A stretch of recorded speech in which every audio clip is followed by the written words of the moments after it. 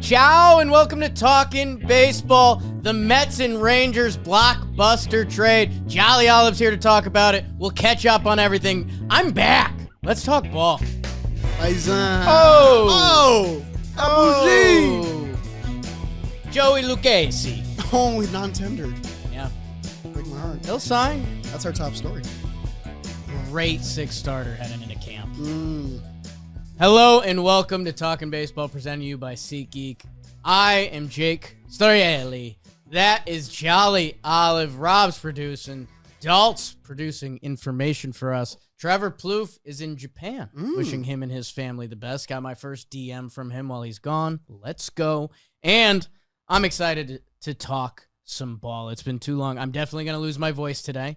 I do have the November sickness that everyone in the world currently has. Sure. It's bizarre. Sure. Maybe the grossest flight I've ever been on my way back. Like, everyone was just coughing and just sniffling open mouth for everywhere. 9.5 hours. Lady next to me.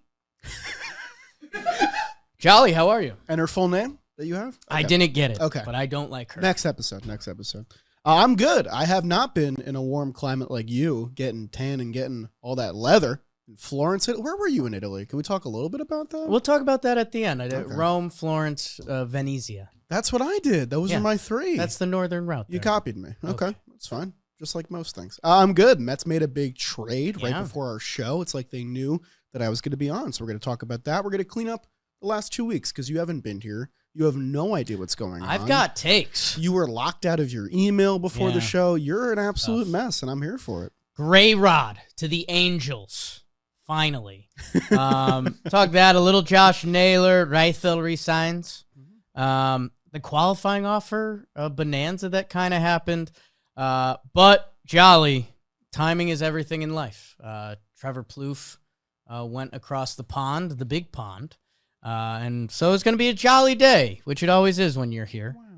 Wow. But how about the New York Mets with the Sunday night, the rare player for player trade? Marcus Semien. The Mets wanted to attack their defensive run prevention this offseason. Why are you talking like that? I don't know. That was weird. The Rangers needed to mix up their lineup. So Brandon Nimmo, part of the New York Mets since 2011, which we will play my least favorite jam game. Again, what was everyone doing in 2011? Because I end up on the sad part of that game. What was I doing? And Marcus, two big contracts. Dalt, I hate to do this to you on the fly. It was my Subway thought this morning.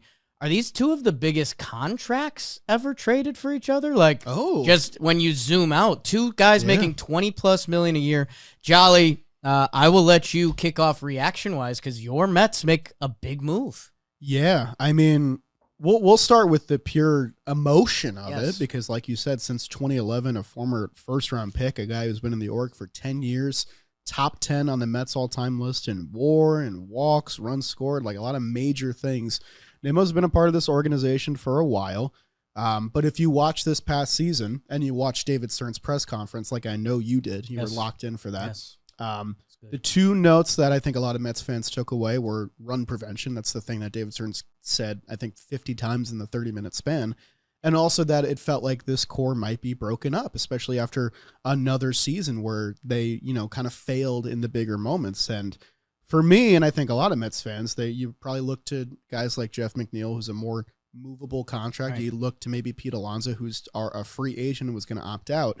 Nimmo felt like a much harder move to sell because of exactly what you said before, that big contract, $20.5 million annually for the next 5 years. So when I don't want to say dreaming on this, but, thinking about it, I just thought the team would have to eat a lot of the money for this to work. And instead they find a suitor where they basically bring in a similar contract just with less years. So there's a lot of different ways you can take it, but I think Mets fans right now are just kind of in shock. I think the fan base feels kind of split. Like some people understand the decision and rationalize it, but also still have the emotions of like a guy that played here for 10 years. Like to liken it to something you might understand better. Like this is like if the Yankees traded Brett Gardner, if he was on some kind of huge contract, because he was a Yankee lifer. He played left field, quality player, reliable, a guy that you could see spending his whole career in one uniform. And instead the next 5 years, Brandon Nimmo's going to be a Texas Ranger. Yeah, and that's the interesting. Well, there's a lot of interesting parts to this, but when Nimmo signed that contract, it was kind of like Met for life, and it was interesting going through the sheet and seeing where he offensively ranks in Mets history. He's 5th in walks. Nice. Good one to start with, Jake. 6th in runs scored. I don't know. Like I had a weird when we initially got into this as like an industry business. Go track runs scored. I know that sounds so dumb, but if you look like over a 5-year span, the guys that score the most runs, it's the best players. Right. Like, no, I've done a full 180 on runs scored and runs batted in, so I'm with you. Well, 8th ever in on-base percentage, 9th ever in home runs. And I think the other thing that's weird for me is, okay, so the money comes out close. Yeah. Again, in baseball close, where Marcus Semien, 3 years, $72 million, $24 million AAV. Nimmo, 5 years, $101 million, $20 million a year. So I was actually surprised it was that close. Like when Semien signed, I remember it being like, oh my God, Marcus Semien signed for that much. And when Nimmo went back, it was just like, oh, Nimmo went back to the Mets. Yeah. That it's funny to see the money over the years versus year over year. Nimmo waives his no trade clause. Yeah, that was a big So that's deal. always an interesting and hey, I don't know every detail of it, but Texas, no state income tax, that probably doesn't hurt the situation when you're thinking of waiving your no trade clause. Okay, what else has to be Semien? So this was the other thought that I had was Semien's kind of, I don't want to say head in the wrong direction, but offensively. And I guess that's what you said with Nimmo, the offensive side, Brandon Nimmo, it's a very impressive, consistent page. He's never had an OPS plus under 100. So he has always been above league average hitter, which when you think of the Texas Rangers problems the last 2 years, let's bring in a guy like that. Semien, the defense is still there. He won the Gold Glove again. But the offense has been in a weird spot, and we can get into some of the advanced numbers on it and struggling with velo and different things of that nature, but he's been trending down the last 2 years. Right. That I guess for me, and you're the Mets, you're trading for a guy getting up there in age, 35 for Semien, for a middle infielder. Right. Whose numbers are trending the wrong way, who there's still a lot of money there. Trading away Nimmo, who's kind of the example of consistency, and even though I feel like that's become a target from Mets fans, that almost we need more of an upgrade, whether from that position or whatever. I don't know, like Brandon Nimmo had his career high in homers and RBI last year, which RBI, yes, the opportunity that needs to be tied into that. But yeah, I guess from that side, this definitely feels like a move that's initiating both off seasons for both of these teams, that I think there's going to be a lot more Kyle Tucker talk and that kind of stuff. So I don't know. I kind of started rolling there a little too much. It's good to be back, people. I'm happy you're back, Joe. But yeah, I don't know. It feels like the Mets are putting out more risk in this deal. I think so. I think you're right about that. What I will say, I'll say two things. One, and we said this a lot when Rafael Devers got traded, because that was a shockwave. And this is definitely a lesser scale, but I think a lot of the motivation behind the Rafael Devers trade was the fact that Craig Breslow wasn't the person that signed that contract. It was Heimblum. In this vein, David Stearns isn't the person that signed Brandon Nimmo to an 8-year deal. That was Billy Epler. And you got to remember that when Nimmo signed that deal, he was a 5-WAR center fielder with plus defense coming off a career year. The things that have contributed to, I don't even want to say a decline, because Nimmo's offensive output has been great, but his defensive decline has been very noticeable. He has one of the worst arms in baseball, and his range in left field was among the worst among all corner outfielders. He's been dealing with plantar fasciitis for over a year. He's had bulging disc problems in his neck since 2023, and these are the kind of things that don't exactly improve with age, obviously. So I think the Mets were factoring that in to the decision-making here, and I think when they saw the opportunity to get rid of the $20 million they would have had to pay him at age 36 and 37, I think they jumped at the opportunity. when you bring in Semien, you do have to talk about his age. He's going into his age 35 season. He just had his first year where he didn't play essentially every game. And that's like something you can hang your hat on with Marcus Semien. He played all 162 in 2021, 161 in 22, 162 again in 23, and then 159 in 24. And then he missed 40 games last year. And his second half numbers weren't great as well. I think he might have been playing through injury. Who knows? I think really what this comes down to is the Texas Rangers needed a reliable, consistent bat because that's exactly what they did not have in their lineup last year, and they could sacrifice a little bit of their defense to get that. And the Mets greatly needed to improve their defense last year. They had 1 or 2 plus defenders you can point to in Francisco Lindor and Francisco Alvarez. Everyone else was sort of a negative detriment out on the field. So I guess they seize an opportunity to do that at second base here. But again, like you said before, I think this is a domino effect for both teams. Like I think there's going to be more that follows, more guys that are going to get traded from both of these teams because of this move. Lindor Semien's fun. It's super fun. I hadn't gotten there yet. Yeah. Wow. That's reliable. Hot. A little bit. Oh my. A little bit. Oh my God. No, Remember that? That's out. Is that still going on? I'll tell you what is still going on. Fabletics. And I can speak from the heart here because this is 100% true. Got my Fabletics game on. Okay. We originally partnered with them. I talked to our sales crew and I was like, hey, like what's going on here? And they're like, yeah, we're in with Fabletics. I was like, well, I want to be in. And before going on my trip, I was like, I have no clothes. This is interesting. This is interesting. Oh, I'm naked. I wear the same 5 outfits every day. That I was like, I need to load up. So I did, and man, it was awesome. The pants were exactly what I was looking for. They are dressy, but comfy. Like I used to go a little too comfy that when you were in a dressy situation, it was like, hey man, like you kind of got to up it a little bit. Right. No, these were there. I was walking around all over in them, was able to go out to dinner with them. And they have amazing deals when you sign up to be a VIP, 80% off everything. So this was kind of, again, you think about, I guess, target markets and stuff. They nailed this. Because if you need to like reload, if you haven't freshened up the wardrobe, Fabletics is where you go. Sign up to become a VIP, up to 80% off everything when you sign up. Head to fabletics.com/talkin. Sign up as a VIP, 80% off everything. Only available through our link. So go to fabletics.com/talkin to sign up as a VIP, 80% off, fabletics.com. Okay, let me see. Let me rattle off some of this amazing information by Dalton, and then we can kind of get into the next steps from both teams. And a little comment on Semien not playing every game. Rob, what do you got over there? Oh, from Dalton. Yep. This is the first, your question before. Yeah. This is the first trade in MLB history where 2 players were traded when they had a total value contracts of $160 million plus. Wow. Okay. So the total money of the deal, not the remaining money. Right. Still, though. That's crazy. That was because we don't get 1-for-1 player stuff a lot. And that butters me up, man. A 1-for-1 major league for major league swap. I love that. A little olive oil, some balsamic.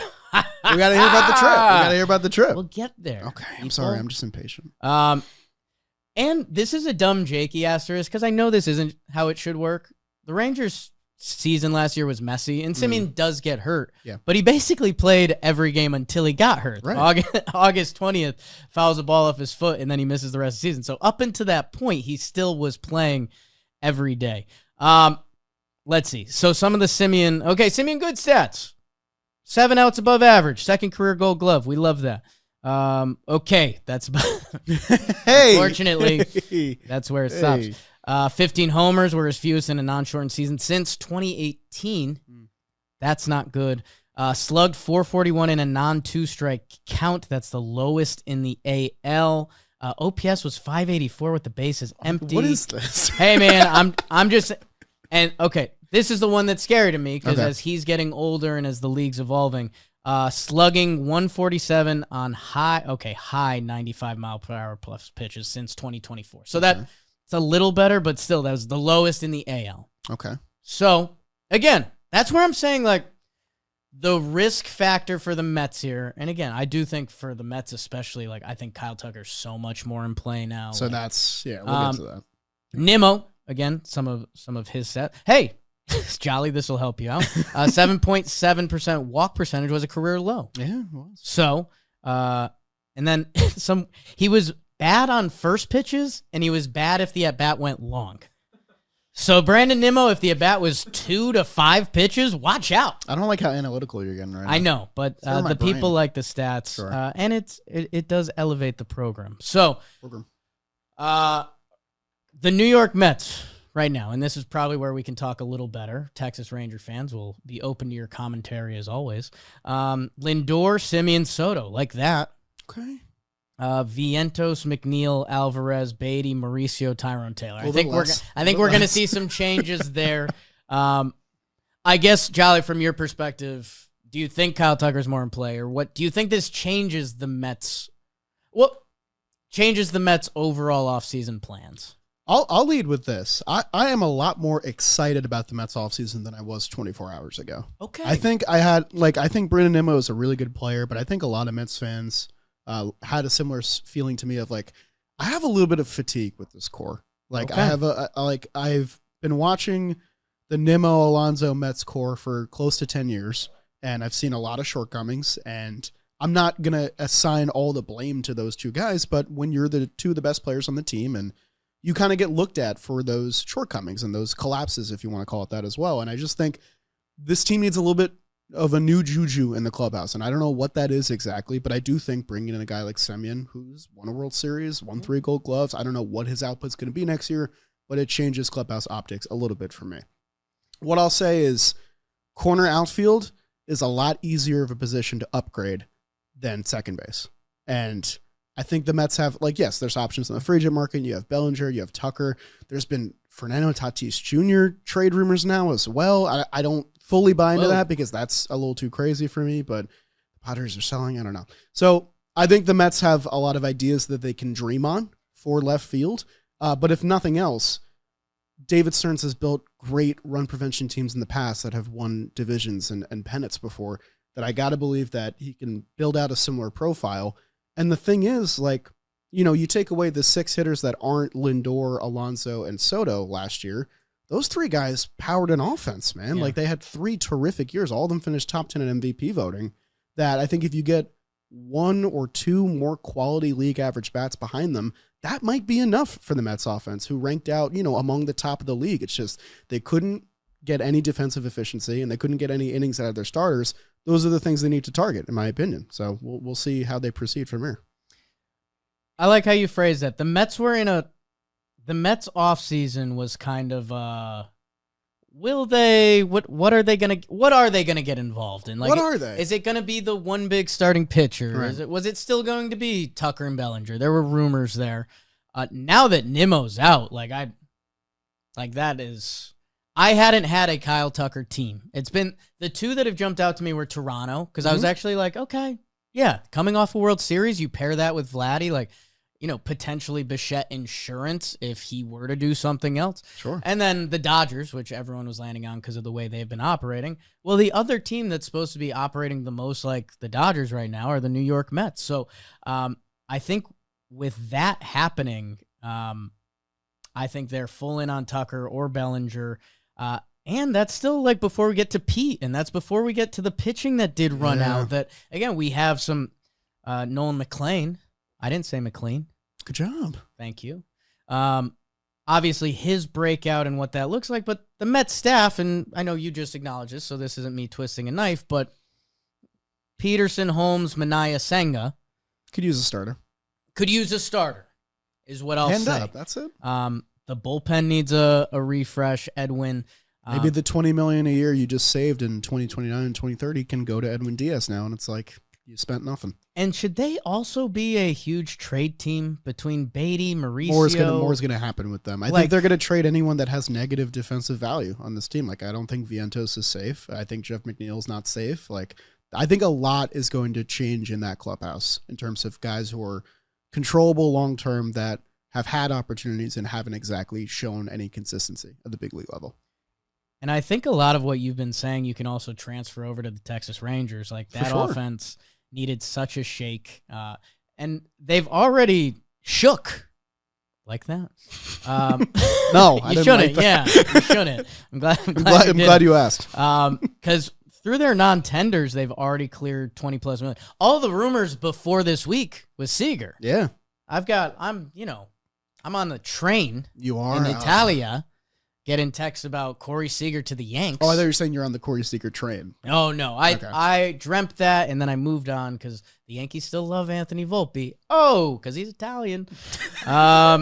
Volpe mentioned. It took 20 minutes, but we're back, baby. We're back. There. That they already shed a decent amount of money through the non-tender between Adolis, Jonah Heim, a couple other moves.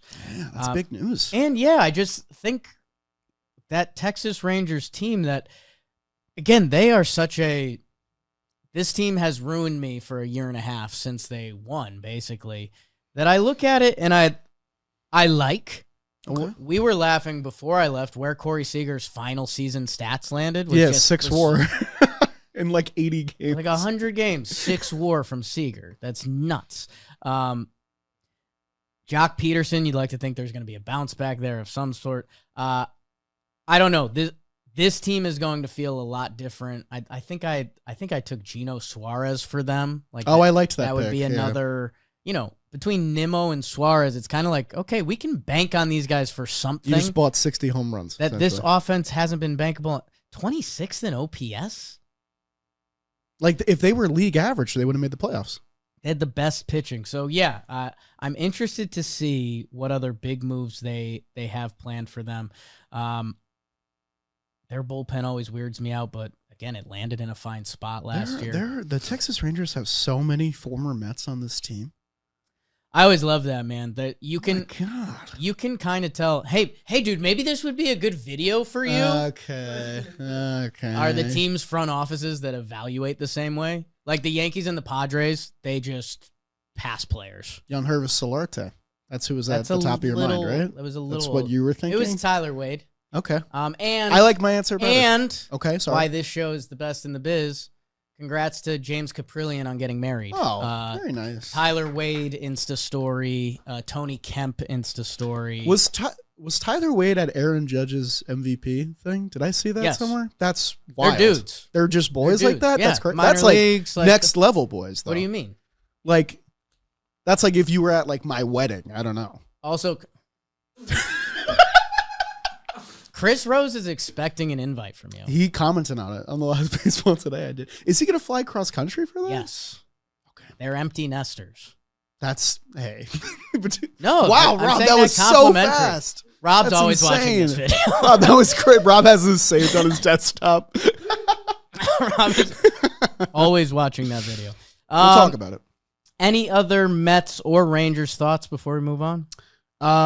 I like it for both sides. I mean, that's really, I know it's kind of a cop-out, and like that's what every team thinks going into every trade, but like it just makes a lot of sense. It's not something I saw coming, but 24 hours removed, it makes a lot of sense. Okay, and now my least favorite John Boy Media game, Brandon Nimmo, 2011, drafted by the New York Mets. Yeah. With that same org Should have been for thinking 15 about this. years. In 2011, I was graduating from college. Wow. Last year at CCSU, go Blue Devils. In 2011, I was 12 and going to bat mitzvahs like once a month because I lived in a very Jewish town. Rob? Oh, I was a sophomore in college. Jeez, Okay. and you probably looked Scranton. exactly the same. I did. Actually, it was heavier. No, I don't believe that. Wait, what year was Trev drafted? Oh, is it the same club? No, he's 07. He's 07. I get that confused. You know that off rip? Those are my two, or no, 04. Oops. 04? Sorry, old. Unk, what the hell? Sorry, old. Dahl? 2011? Processing. Probably just playing middle school baseball at that point. Middle school Okay. ball. Yeah. Cranking. Center field? Yeah. Center field. Flying Obvious. around the bases. Obvious. Trev, he got the call in 2010. A lot of Rochester in 2011. Good for him. Nimmo was a long-time minor leaguer, too. 5 years. Pretty wild. Wyoming, right? Yeah. Sandy Alderson's He's got best pick. He's got a lot of weird little things in there. Cool guy. All right, let's go on to Josh Naylor. And I know you guys have probably heard some of this, but I haven't gotten to yuck with it, you guys. So we'll hit it, and we'll hit some Shopify because another big tie to this company, Shopify, is the place where we started when we were like, hey, let's make some shirts. The CC That's For You bleep shirt. That was one of our most popular early on. Shout out Amber Sabathia, bought it instantly. We got an order from awesome. It was like 11 shirts to a family named Sabathia. And we were like, there's no way. It's probably just a coincidence, right? But she's the GOAT. And so is Shopify. And we just relaunched our merch store on Shopify with our new /line site. We brought the ideas. Shopify brought the execution. It was a great process. And they have so many tools that can help you grow your business, AI tools, and just like the information you need, who's buying it, when they're buying it, why they're buying it.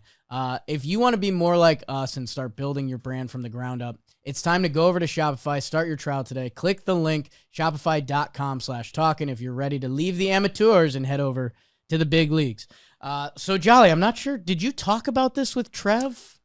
I don't think so. I think I did Grayrod and Taylor Ward, which we'll get to with Rosie, but no, I haven't talked much about Josh Naylor. Well, I'm excited because we were all laughing after we did the free agency draft. They were like, wait, no one took this? Because this felt like one of the biggest layups of the offseason. So perfect that it came first, too. Crazy. So perfect.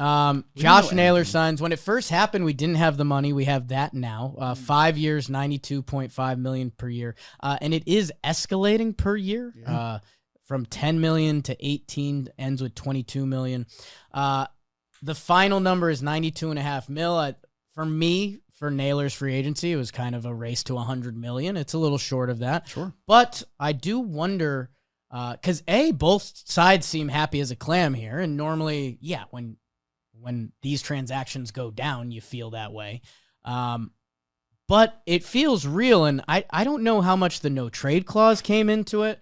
But the Mariners quotes about when Naylor came in, he kind of changed the whole clubhouse. He's one of the few guys in the league that you actually feel that. Yeah. Like, you can feel it from the outside.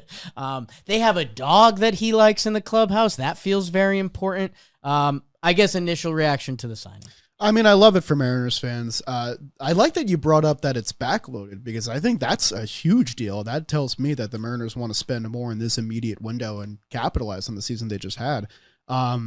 Naylor, he's always felt like a really good fit there. I thought that, 5 years is interesting. Naylor's had a lot of ups and downs. There's questions about the defense. That the pop is there. He just stole 30 bases, which is weird. Is that a new dimension of his game? Sure did. So he was one of the bigger wild cards in the free agent market.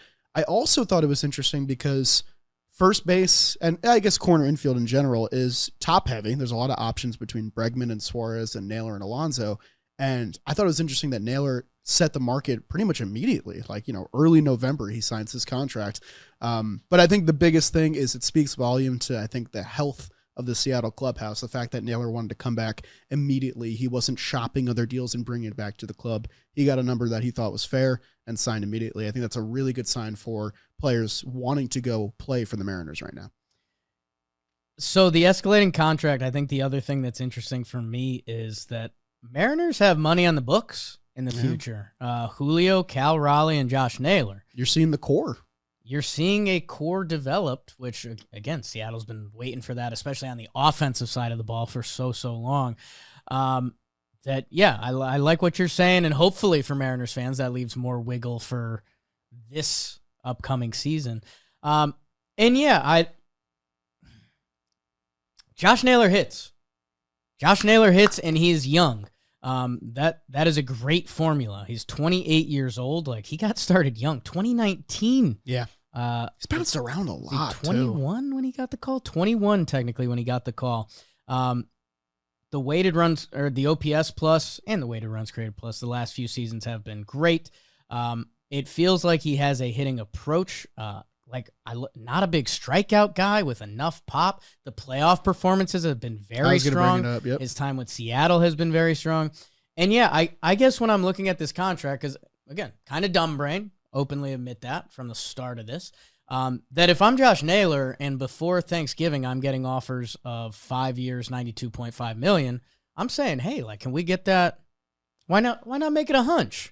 Why not make it $100 million? Which I'll let everyone process that again for a second. It's a lot of money. What? It's a lot of money. It's not bad. I wouldn't know. I'd know what to do. I'd go to Vegas, double down, make it $200 million. Turn the podcast off. I think the full no trade clause, I think, was a big part of this. Yeah. Because, as we're going through, Corey Seager got mentioned a little bit ago, and then I hear that New York's not on his no trade clause, and I start daydreaming again, even though it's not going to happen. That Josh Naylor seemed comfortable in that city. It seemed that way from the start. Like, Josh Naylor's coffee shop and like mixed drinks. I don't know. I'd go there. Okay. Canadian. Oh, pretty close to Canada. Interesting wrinkle. He's from a different side there. And the defense, Jolly, I'm going to try to protect you from the Seattle people, although they're already crushing you in the comments. He graded out fine last year defensively. +1 OAA defensively. And first base defense has always just been off with the defensive analytics. It just always has. I've seen guys grade out very poorly that you don't even notice, and you're just like, I don't fully know what to do with that yet. Some of the numbers are very funny. Batted .374 on elevated pitches. Okay. Tied for the best in Major League Baseball. Chased 50% of elevated fastballs out of the zone. So he likes them up there. Him and pitchers are playing a dangerous game at the top of the zone. And then low and away, this was crazy to me. Slugged 100 on breaking balls down and away this season. That was the second lowest. So Josh Naylor's playing a very old school style of baseball. Right. We're going to pitch him up and then we're going to pitch him down and away and see what happens. And yeah, I just think him getting this done makes it seem like he is that home run in the World Series. How quickly we forget, dude. Game 7. My God. Game 7. Not the World Series, excuse me. I'm saying they got there. Yeah. Tied for the longest contract, free agent contract, right. Excuse me, with Dipoto. That, I think, is the biggest thing that comes out of this. Jerry Dipoto actually signed a long-term deal. The other thing, and I told you this on Wake and Jake, and maybe I take too much value from Brother Jeff because he's like a real professional guy, blah, blah, blah, was that we were ranking importance of off seasons, and I talked you down from Mariners a little bit, just because they think, in our head, the Mariners window started 3 or 4 years ago when all the pitchers came up and were like, here comes Seattle. The Mariners think their window just opened. Like, they think they're just getting started. They have a well-respected farm system with, where Julio is at, where Cal is at. Like, they think the window's starting now, that saving a little money early on, you wonder if they're going to be big in this free agency. They said their next target is Jorge Polanco, which, hey, sure, he was great for them last year and run it back. You wonder if they're going to be in the Geno game. You wonder what else their offseason looks like. But, I think the sneaky part of why we weren't sure about Josh Naylor was there's teams that need first baseman. The fact they got this done early, I think he probably left a little bit of money at the table. Absolutely. But if you're somewhere you're comfortable at, screw it. Yeah. And with that full no trade clause, Josh Naylor controls where he's going to be instead of, potentially being in rumors in 4 years or whatever it may be. That good for him and awesome for Seattle. Yeah, that top 4 is, I think that's division champion worthy. Randy Arozarena, Cal, J-Rod, Josh Naylor. They got some questions to answer beyond that, but once the bottom half of the lineup takes shape, this team looks close to complete. The bullpen has a bunch of reliable guys in there. We all know about the rotation at this point, young, controllable starters. They need to seize some things from some of the younger major league guys, like what does Cole Young look like next year? Yeah. What does Harry Ford look like next year? Is he even on the team now that they've inked Cal? There's some question marks there. So I think the Mariners are also a big player in the trade market as well. But yeah, I think the biggest thing that I took away from this was Jerry Dipoto is finally opening the wallet a little bit. Like we've seen a lot of cost-efficient spending in the last few years, and I think it's been frustrating for both Mariners fans and baseball fans of like, you guys should push your chips in and cash in on this window because you have so many assets that other teams can't, rest their laurels on. Now you get this 5-year deal. Basically the only thing similar, and Dalton has it on his sheet here, Robbie Ray inked a 5-year, $115 million deal that got traded 2 years in, and then Yusei Kikuchi way back when, who was, a really reliable starter and now is pitching for the Angels. But for a hitter, this is what we've been waiting to see for Seattle, who went through offensive woes for years. There was questions about, can people hit at T-Mobile Park? Hopefully that discussion is over now because they have a top 4 that can bang. Bring more offense in. I love it. Yeah, and if they need to get creative, I feel like Luis Castillo has been a trade rumor for a while. Just a lot. That the highest paid player. $25 million a year and 3 years left. I think that look at what just happened with Semien. Like that's kind of where Semien was at, right? So that's a movable contract, especially for what he can still do. That I guess if they still need to get creative with the numbers, there could be something there, but they also don't need to. Like let's go Seattle. Let's cook. Does this do any? This is genuine. You wouldn't take it this way at first. Does this change anything for Peter? I think Peter it does. Alonso? Yeah, no, I think that's definitely a credible. Good or thing to bad? say. Good, really good. I think so too. The length of the deal, really. Like, you always knew Pete was going to get 25 plus whatever on the AAV, but last year everyone was shocked that he got 1 year with options. Like that's not what anyone chalked up. You've been saying that Pete's going to get his big boy deal for a while now. I think it's true now because Naylor just got 5 years. Pete's a little bit older, but Pete's resume is way more stacked at this point that I think you're finally going to see Pete Alonso get his big payday. I think so too. All right, let's this Gray Rod Taylor Ward trade. Everyone's been talking about it. Buzz. Especially our friends at the DraftKings Sportsbook. Because whatever you're into, the NBA season is starting to roll. NFL, I'm getting ready for Turkey Day. The games are actually good this year. Sorry, NFL always listening into me for those takes. But at the DraftKings Sportsbook, the official sports betting partner of the NBA, is where you can get in on the action. New customers bet just $5 and you get $200 if your bet wins, paid in bonus bets. Download the DraftKings Sportsbook app and use code JMBaseball. That's code JMBaseball to get $200 in bonus bets instantly if your first $5 bet hits. Plus 3 months of NBA League Pass no matter what. In partnership with DraftKings, the crown is yours. So I feel bad for mocking this because I hope this trade matters for next season. And hey, put some respect on Taylor Ward's name where he's been offensively the past few seasons. 1 year of Taylor Ward for 4 years of Grayson Rodriguez. And man, there is a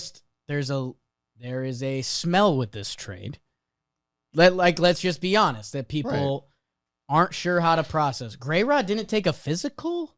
I think that's commonplace. You have your physical that you have at the beginning of the year. Right. Unless you sign a player to a contract, you can't get them another physical. So that got out from foul territory. We've never seen trades, never with trades, only free agents. Yeah. Okay. The way that was reported was, again. The way that was reported was. I was trying to be off my phone as much as possible, so I was catching up on the train. That was a big headline. So, I was on the train reading that, and I was like, what? This is, okay. But if you watch the clip, it's said very casually because that's commonplace. Okay. Grayson Rodriguez hasn't pitched since 2024, August 2024. 1 year of Taylor Ward. Okay. Basically, this whole thing comes down to is that everyone is freaked out by the Angels as an organization. Sure. Trading for a pitcher with an injury history, a team that's starting pitching has been criticized for years.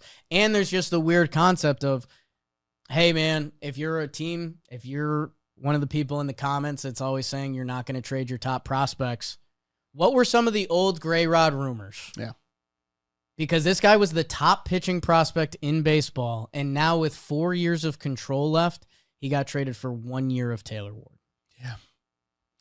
I mean, I'll say this. So, this trade has become no clearer to me. You got to stop this. I've done it so many times. You've done it like five times, and it finally got me. Here's the thing I'll say. So remember, let's go back. What was it? 3 years. Remember when the Angels used all of their draft picks on pitchers that one draft? Yes. So I watched a short recently. I forget who did it, so I apologize for not crediting them. But it was like the aftermath of that. How have all these guys done? And over half of them are already out of the organization. The other half are fringe bullpen arms for them. None of them pan out to starters. So what the Angels need is young, controllable pitching with upside. I understand the injury history with Gray Rod, but at the same time, he can still throw 96. He's going to be 26 years old. He's getting paid league minimum this year, and he has 4 years of control. So from the outset, I like it for the Angels because at worst, he becomes a middle reliever with plus pitches for you. Great. Okay. I'm still not understanding the Orioles side. One, I didn't even think about what you said leading into this, which was they failed to cash in on Gray Rod's value when it was a lot higher. That stings, but obviously hindsight is 20/20 vision. They're paying a left fielder already. They're paying Tyler O'Neill for the next 2 years, like a decent amount of money. He's one of the highest earners on the team. So what does the outfield look like? Is Taylor Ward your solo DH now? Because neither of those guys are playing center field. You blocked a spot for one of your young controllable outfielders in Dylan Beavers or Heston Kjerstad. Do they not believe in those guys anymore? What does that look like? I think Taylor Ward is a good add for the lineup, but was the lineup inherently the problem for the Orioles? I don't know. I still think it's more the pitching, if anything. So I got to see more from Mike Elias and what they plan to do this offseason in terms of free agent and trade additions, because they can definitely trade more. Again, they have a bunch of young controllable talent. I never saw Taylor Ward as a fit for them. And the more I think about this trade, the more I like it for the Angels, because now they look even better for not trading Ward at the deadline, because I don't know what they would have got. Like, hitters didn't really net a lot. Like, you look at the things that the Mariners traded, for example, to get Gino and Naylor, and it wasn't a ton. No, I'm sorry, Diamondbacks. I'm sorry, but you agree. We've talked about that. And pitchers, Shane Bieber netted a top prospect, and no one was even sure if he was going to pitch. So I just think that the Angels capitalized on this trade a lot better than the Orioles did, and I gotta see more from Baltimore's side. I'm looking at their lineup, and I don't feel a lot differently than I felt before the trade. I'll say that. Taylor Ward, 36 homers last year. Good. Are the what Jolly Olive video are the Angels going to be with Taylor Ward's 36? Joe Adell hit 64 now last Joe year. Adell gets to stay, too. That's another wrinkle. It wasn't 64. That was a little high. Yeah, Taylor Ward has hit he hasn't had an OPS plus under 100 since 2020. So, like, he has hit in this league. I'm not as thrown off by the left field, center field, right field thing with the Orioles. I think they can figure that out. Okay. Tyler O'Neill has an injury history.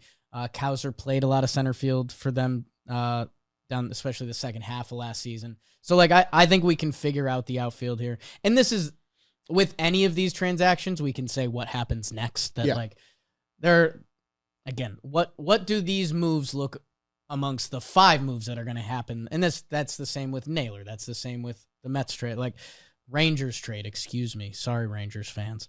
And then, I guess my glass is too half empty on Gray Rod because of pitchers with control, with his arm talent. If the Orioles were willing to trade that away for 1 year of Taylor Ward, who, even if, like, Taylor Ward is a good baseball player. Yeah. Like, if you get a nice Taylor Ward season, I see an 833 OPS on here. I see a 792 OPS. That's a nice one-season player. Yeah. But for what Gray Rod could be in our heads, or where our heads have been, that's all we have Gray right Rod, now. Yeah. It feels like the math isn't mathing. Yeah. That if I'm the Angels, I would be scared of why that was available. I like how you're spinning it, that, like, let's say, because Gray Rod's stuff plays. Like, I remember watching a couple of his early starts and just being like, okay, you don't see a lot of righty changeups that look like that. Yeah. Oh, he's got an off-speed pitch that goes the other way too.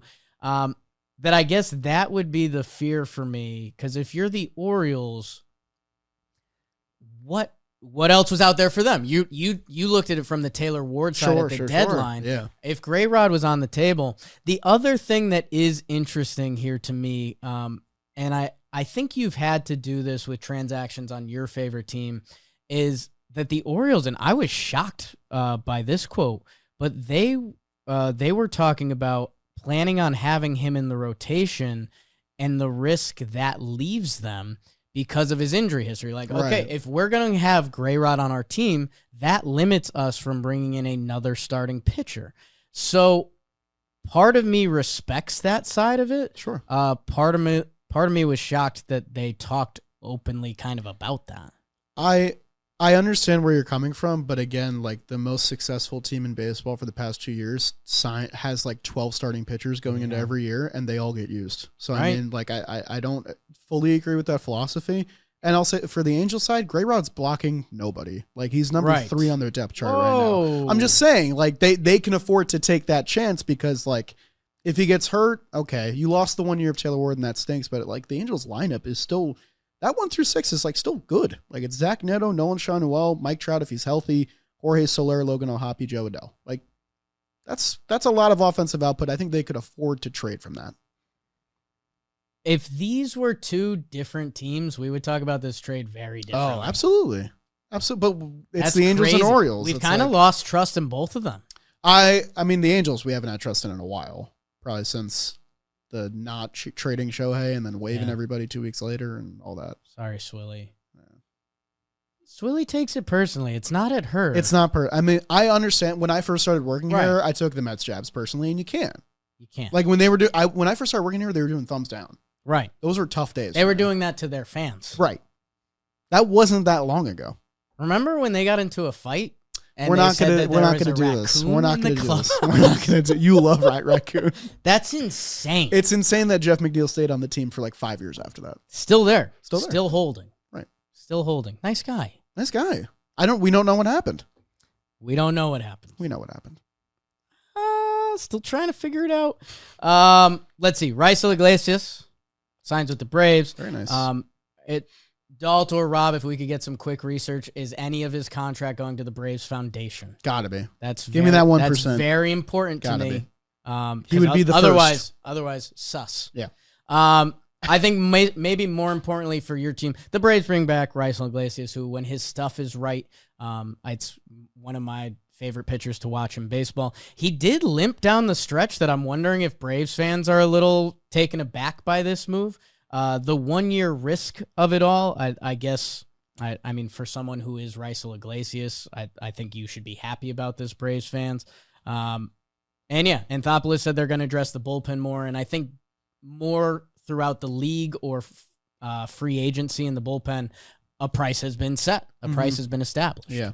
No, this is a good move for the Braves. I have to imagine this was a lot of teams' backup plan if they didn't cash in on Suarez or Diaz, who are like the top 2 guys right now. They're going to get multi-year deals.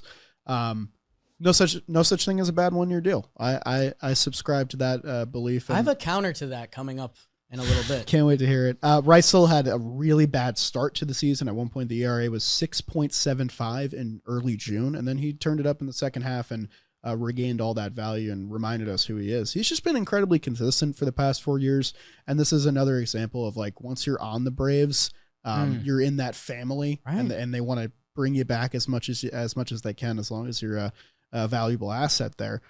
They got to get healthy. It's still hard to kind of evaluate what the Braves are going to be, but they got to do more this offseason in terms of they got a lot of old pitching. Well, also to Iglesias, he could have seen what else was out there. Absolutely. A little more, right? Yeah. So he probably wanted to come back. He feels comfortable there, and maybe, yeah, I don't know. He's always a sneaky. His age is older. Whenever I check it out, be 36.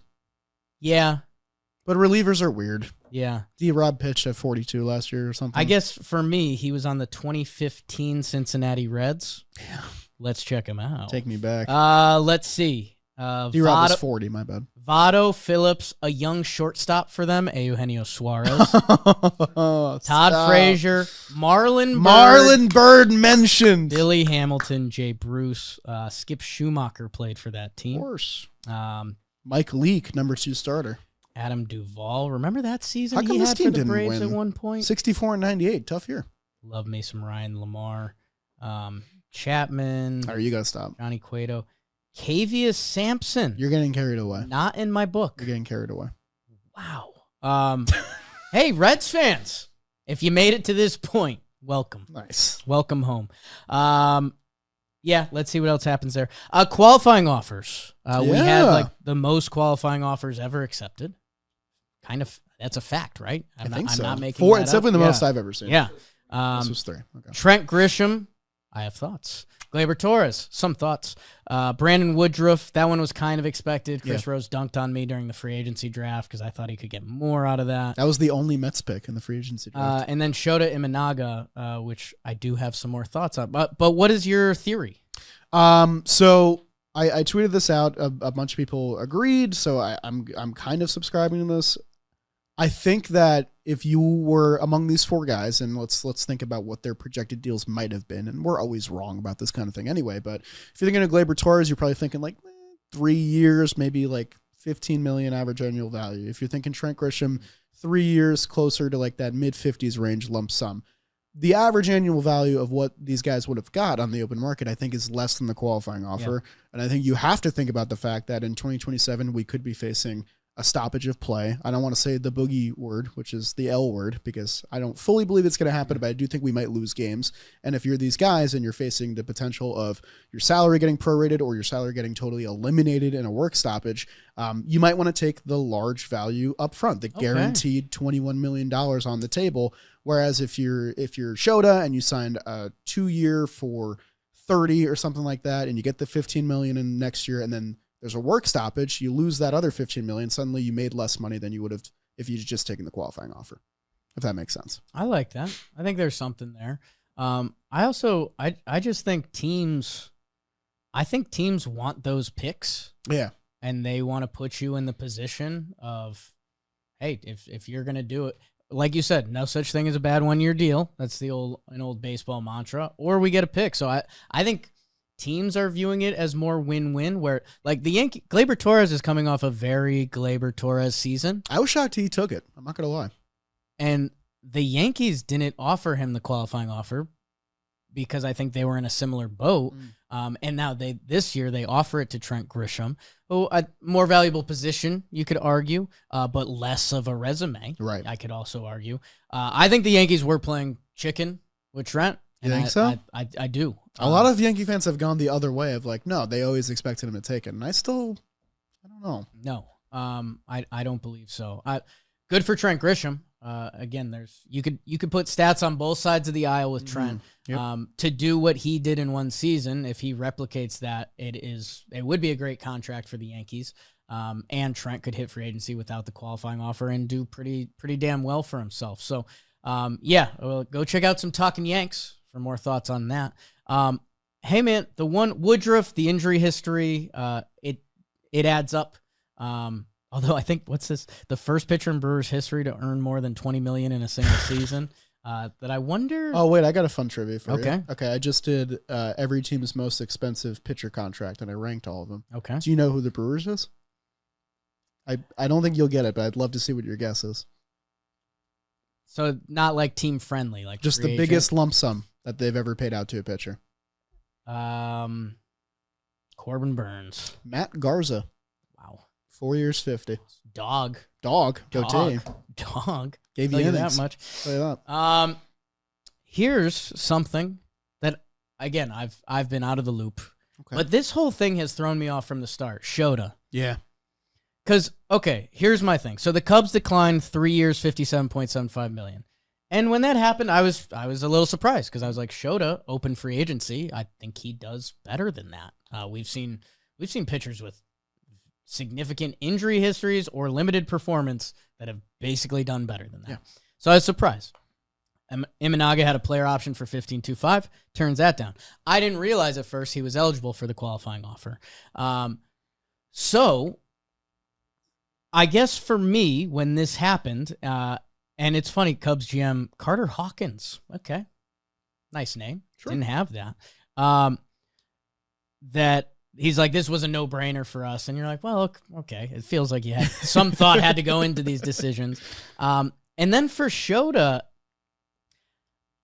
I still think Shota's good. I know he had a home run problem, and that's a bad thing to have, to be fair. I guess here's my thing. No such thing as a bad 1-year contract. We just said that a handful of times. Well, Shota's going to make 1 year, what is it, 22 mil this year? 21.05, I think is the number, right? Okay. In the ballpark. Dalton hated your answer. Okay, and thinks sounds it's good. 22. That's so fine. eat a bug.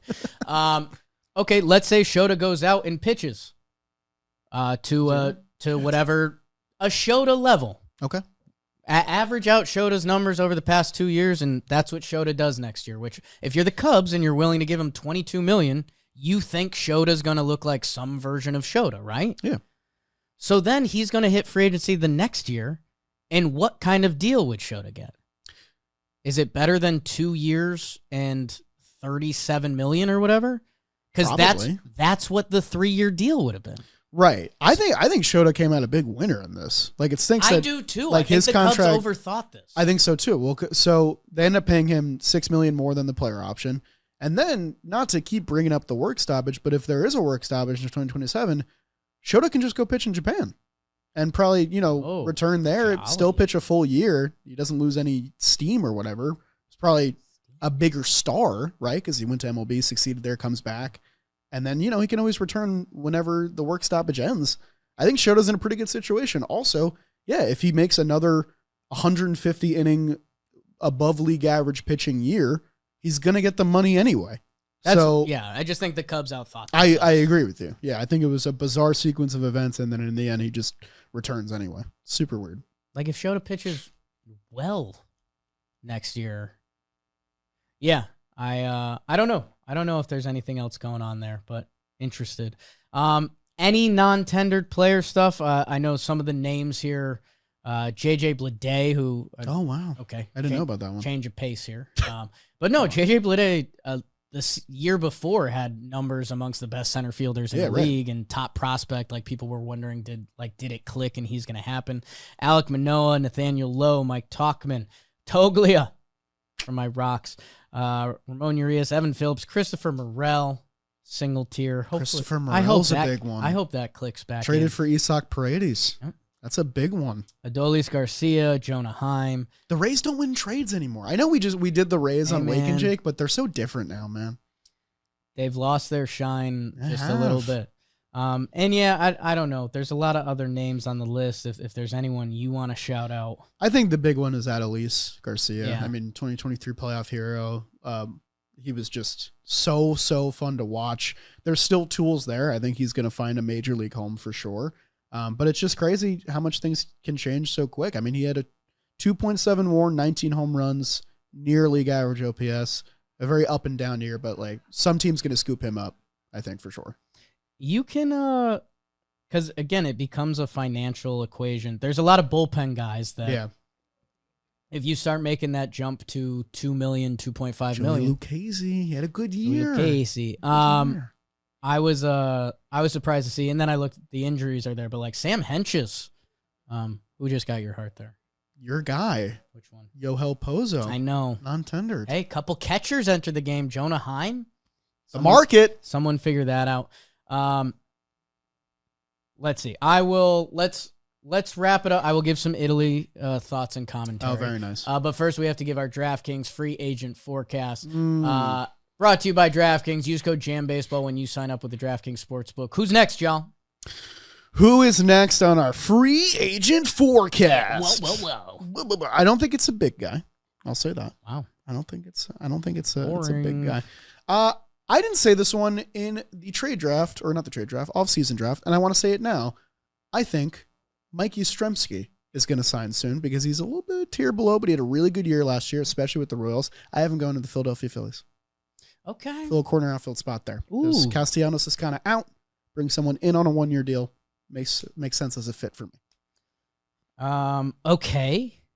Set the bar high, I know. Yeah. How do I follow that up? Kyle Finnegan, where do you fit? God, Miguel Andujar to the Royals. He replaces Yastrzemski. Oh my God, he's a Yankee. Come on. I love me some Miguel Andujar.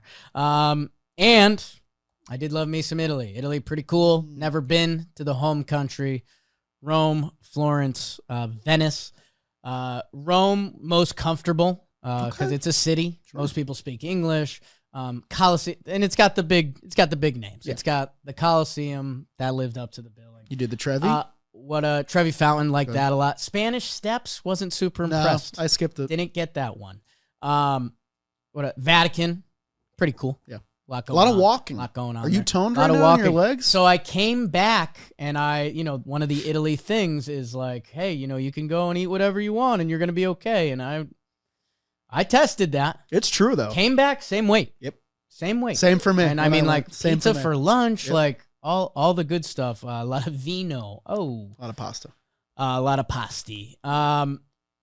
Florence is my mom and sister's favorite place in the world, so I was a little nervous, or I might have set the bar too high because it was really nice. It's beautiful. It looks like a painting. Did you have a Florentine stick? It's more relaxed. I did not. You would have loved I had it. some rigatoni. That was one of the winners from the trip. Rigatoni. And maybe the most calm place I've been.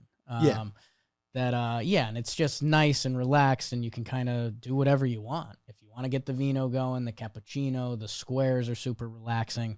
That I had a good time there. Might have set the bar too high. On the other side of things, Venice, a lot of people set the bar super low for me. A lot of people were like, it stinks, it's weird, it's bizarre. I loved it. Venice is awesome. I think they've cleaned it up since a lot of people have given their opinion on that. And it's just not a real place. No, the streets are water. Yeah. It's crazy. How high was the water level? Was it scary at all? I wasn't scared. Because every year there's a report that's going to, fully go underwater. No, and it never does. I wasn't scared. I will say this. Once I left Venice, I realized you're so on one. Like, I compared it to an amusement park. Yeah. Like, there's a lot of stimulating things. There's boat, there's people. You're like, what? You're on like an island. You turn down an alley. Like, Google Maps doesn't work so well there, so sometimes you just turn down an alley that's nothing. Yeah, you got to go explore. Like, where that's am the best part. But I liked it. But it was interesting once I left because a lot of people didn't like it, that I was like, oh, okay. Like, I went back to Rome because I was flying out of Rome, and I was like, oh. Yeah. Like, it's a very different experience. My resting heart rate was down a little bit. Did you do a gondola? I did not do a gondola. I took a water taxi in and out. Okay. That's a the similar same vibe. experience, Yeah. except it wasn't just me and a guy Yeah, I guess that would have been kind of a singing weird to me. vibe. It was a good time. It was good to relax a little bit, see the homeland. The food lived up to it. And yeah, I'm debating becoming Italy guy. Okay. Doing like an every 2-year trip or some crap like that. I don't think you've taken a vacation as long as I've worked here. Cappuccino. I'm happy for you. Thank you. And thanks everyone for allowing me to do it. And I think we're about to get into the teeth of it, people. So get ready as more signings happen. We're going to be heading to winter meetings. Exciting times. You guys are the best. Gobble, gobble. Wow. That's this week. Should we talk about Thanksgiving That's pizza Thursday. again? I think Wednesday. Thanksgiving pizza. Thanksgiving pizza. Who saw the article? All the things you need on a dough, turkey, stuffing, mashed potatoes. It's good. It's a great invention. I They've like been the selling. sandwiches, and how far is a Thanksgiving sandwich from a Thanksgiving pizza? I mean, exactly. What do we got What here? is this? Brandon Nimmo? Stop, Oh, Rob. boy. What the hell's wrong with you? Florida. You instigator. Could That have was been a anything. tough day. That was a tough day. They played the Diamondbacks that day.